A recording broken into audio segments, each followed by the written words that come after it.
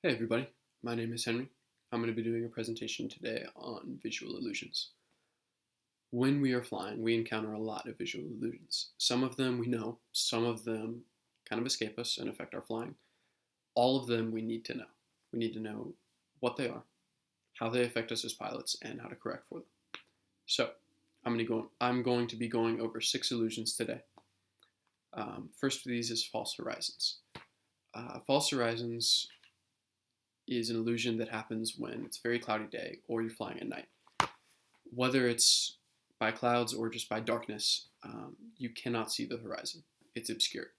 And so you think you know where the horizon is, and if you're flying by visual references, you fly by that false horizon.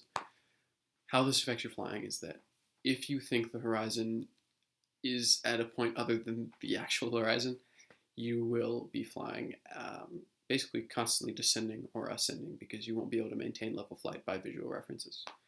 The way to solve this is just by using your instruments, using your altimeter, your attitude indicator, your VSI, making sure that you're not climbing or descending. You'll be able to maintain level flight attitude by just referencing your instruments and maintaining level flight attitude using your trim. So that's false horizons. Really easy one to get caught up in, but also pretty easy to correct. Next one is autokinesis. Autokinesis is an illusion that happens at night.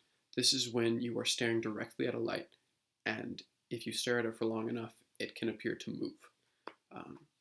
When you're flying by visual references at night, you will probably be trying to maintain a sight picture. And if a light starts moving out of that sight picture, you'll probably adjust course to follow that light without even realizing it. And suddenly you're off course.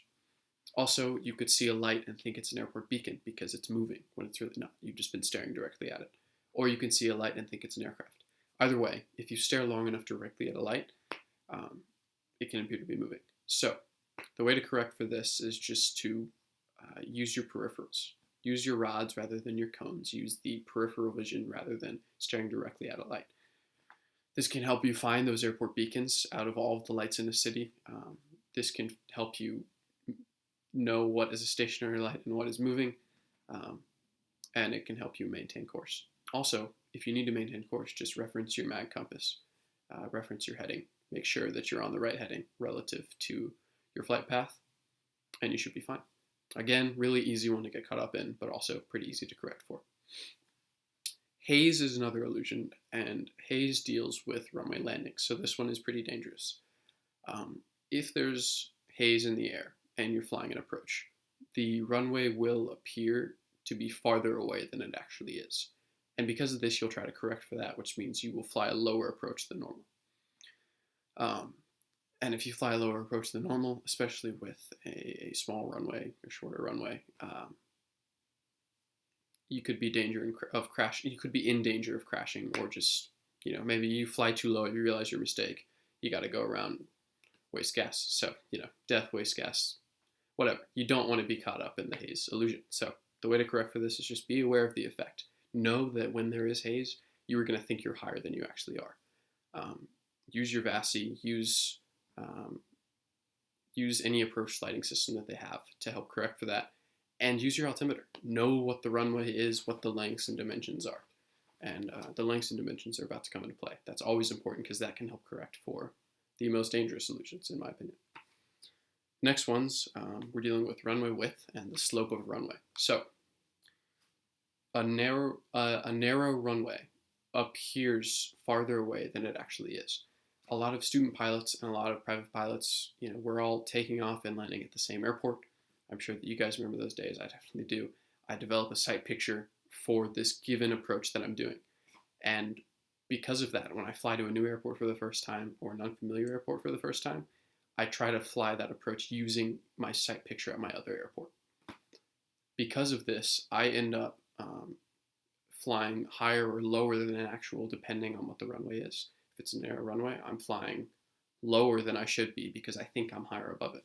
If I'm flying a wider than usual runway, I'm flying higher than I should be because it looks so much closer because it's so much bigger. I think the more dangerous of these two illusions is the narrow runway because this one causes you to fly lower. You will undershoot the runway, And because it's a narrow runway, there's not a lot of room for error. It's a narrow runway is a shorter runway typically, so you need to be careful about any mistakes on that approach. A wider runway is still dangerous, but because you'll be flying higher than normal, you'll probably just land beyond your planned landing point, and a wider runway usually means a longer runway. So either way, just be careful of both of these illusions because it can lead to unstable landing approaches, and that leads to an unstable landing. Another one that's related to this is upsloping and downsloping runways. So an upsloping runway will make you think that you are higher than you actually are. And because of this, you fly a lower approach, whereas a downsloping runway makes you look lower than you actually are, and so you'll fly higher. That's just all about side picture, looking at the beginning of the runway relative to the end of the runway. And here is some pictures to just show you what this looks like. So we've got the narrow runway, right? You're flying below your normal approach because it looks lower than it actually is.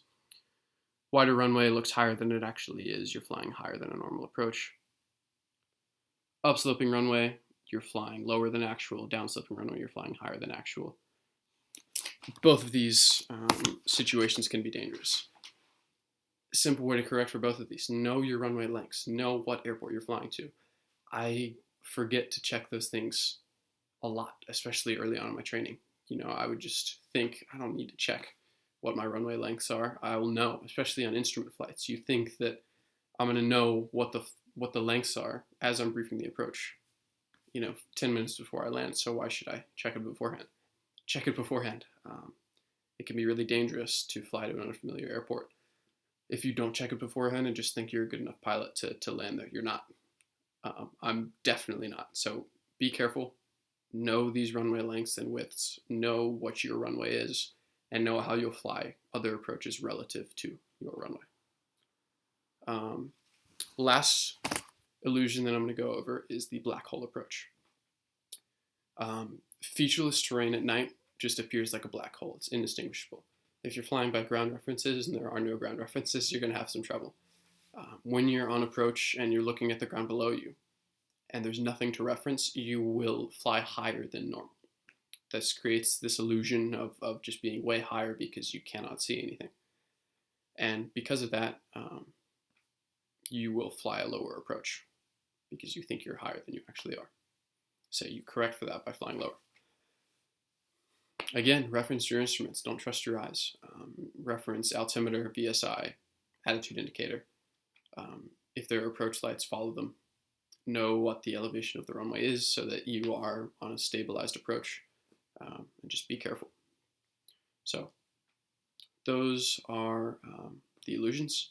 Again, just know what the illusions look like, what conditions they'll appear in, know how you will react to them, and know how to counter that, know how to correct for that. Illusions can be really dangerous, but they can also be easy to correct for. So make sure you know that, and hopefully make sure your students know that. Hope you all are having a great day, and everybody's safe and healthy.